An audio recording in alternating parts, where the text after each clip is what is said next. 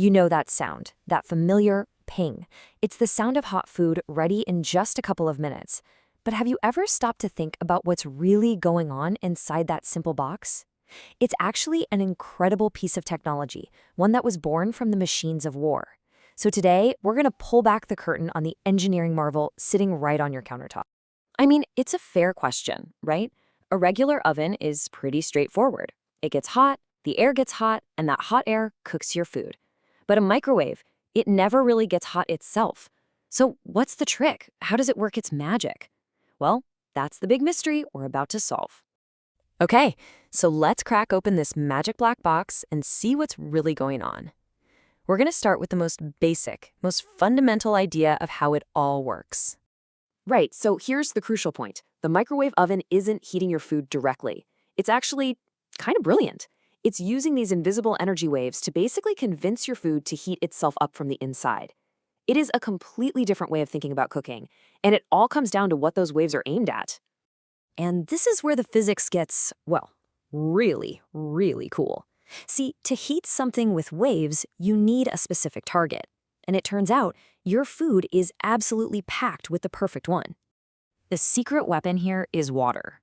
You see, a water molecule is polar.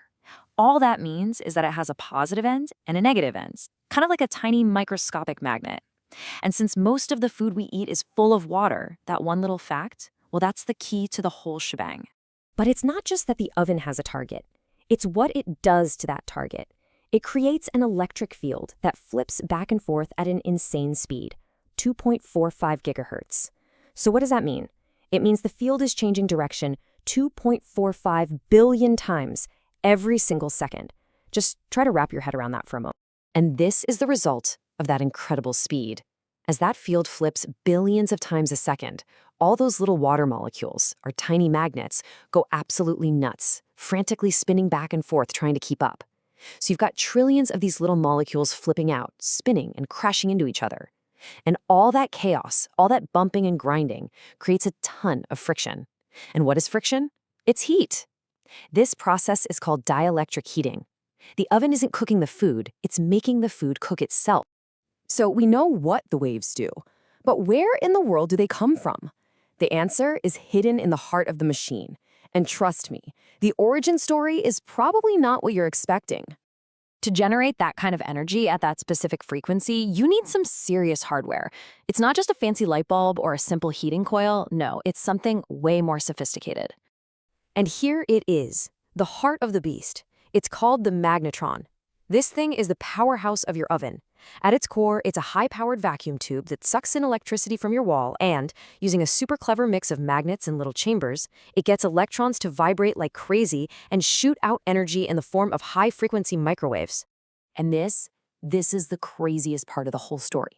The magnetron isn't some new kitchen invention. It's a direct descendant of World War II technology.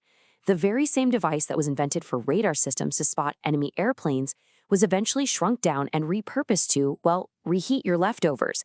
It's a genuine swords to plowshares moment, right there in your kitchen. Okay, so the magnetron makes the waves. Awesome. But if you just blasted those waves into a box, you'd end up with a culinary disaster. So getting an even cook required a whole new level of engineering genius. So have you ever really thought about why the inside is a metal box? And maybe more importantly, have you ever had that burrito that's molten lava on the ends and an ice cube in the middle? Yeah, well, those two questions are totally connected.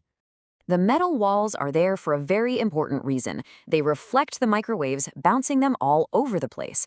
But this creates a weird side effect, an interference pattern that physicists call standing waves.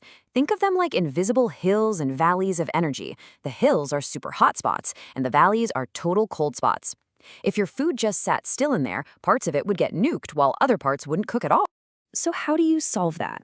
Well, with some really clever and actually pretty simple engineering. The turntable isn't just for show. Its whole job is to slowly move your food through all those hot and cold spots to even things out. And that black mesh on the door, that's a Faraday cage. The tiny holes are too small for the long microwave waves to escape, but they're plenty big enough for shorter light waves to pass through, so you can watch your cheese melt without getting cooked yourself. All right, for the grand finale, let's bust some myths. There are a lot of them out there about microwaves, so let's take a minute and set the record straight on a few of the biggest ones. Okay, myth number one. We've all heard it a million times. Microwaves cook from the inside out. It's one of those things everyone just seems to know. But is it actually true? Nope, not at all, actually. It's a total myth. Microwaves can only penetrate the outer layer of your food, maybe an inch or an inch and a half deep. That outer layer gets hot really fast, and then that heat travels to the center the old-fashioned way, through simple conduction. It's really the same way a steak cooks on a grill, from the outside in. And now for the big one, the one that really worries people, the R word, radiation. Is it dangerous? Is it making my food radioactive? Let's clear this up once and for all. Look, it's all about energy. Microwaves are what's called non-ionizing radiation, just like the radio waves that bring music to your car. Think of it like a gentle nudge. They have enough energy to make molecules wiggle and dance, but that's it. Ionizing radiation, like X-rays, is like a cannonball. It has enough power to literally knock electrons off of atoms and cause real damage to DNA. They're not even in the same ballpark. And remember this, the second that timer dings and the machine stops humming, the microwaves are gone. Instantly, poof. They don't hang around in the box, they don't linger in your food. It's just like flipping off a light switch. The light doesn't stick to the walls, right? It's the exact same idea. So yeah, next time you're heating up some pizza, just take a second to appreciate it. You're looking at a legacy of incredible physics and wartime innovation. You've got dielectric heating, standing waves, and Faraday cages all working together in harmony. It is, without a doubt, a true engineering marvel. And it kind of makes you wonder, right? What other amazing pieces of secret tech, born from some incredible science and history, are just hiding in plain sight all around us?